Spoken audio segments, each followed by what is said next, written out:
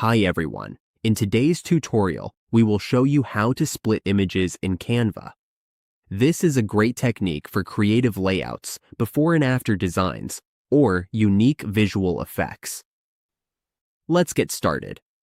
On your Canva dashboard, if this is your image and you want to split it, all you need to do is click the image and go to the Apps section. Then type Image Splitter in the search bar. From here, let's choose this image splitter. Now, before we split the image, we need to reverse it first. Let's use this as an example, the image here.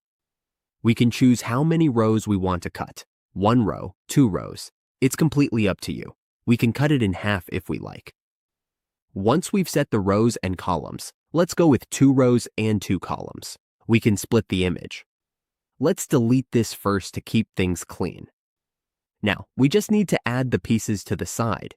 We can also add the images to new pages if we prefer. As we can see, there are 2 or sometimes 3 pages here. It all depends on how we want to arrange them. We can also add them by clicking Add to Design. This will add everything to our design. And there it is, all added in. From here, we just need to arrange the split images however we like. And that's how we split images in Canva. With this simple trick, we can make our designs more dynamic and eye-catching.